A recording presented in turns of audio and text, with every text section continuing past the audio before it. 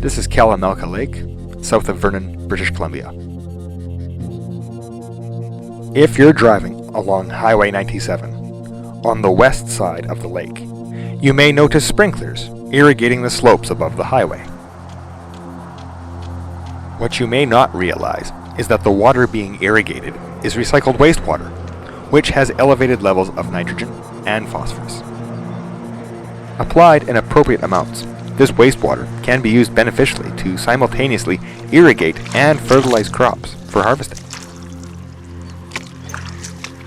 However, if applied in excessive amounts, subsequent runoff may result in saturation of soils and contamination of both surface and groundwater.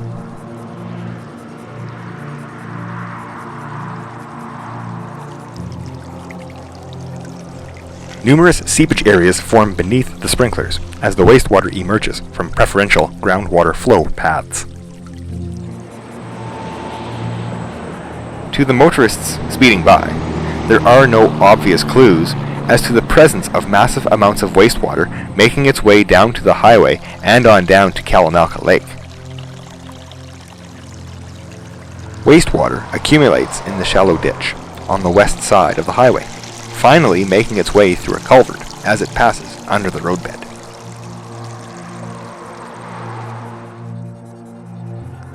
Seepage of the wastewater from short cliffs alongside the highway are the only visible clue hinting that there is a problem.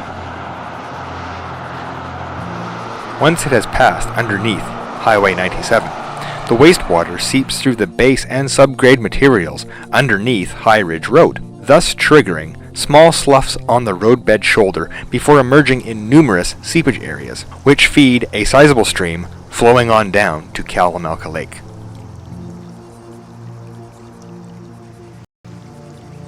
Will the elevated nutrients in this stream of wastewater contribute to a decline in the water quality, as well as the eventual eutrophication of Kalamalka Lake? Only time will tell.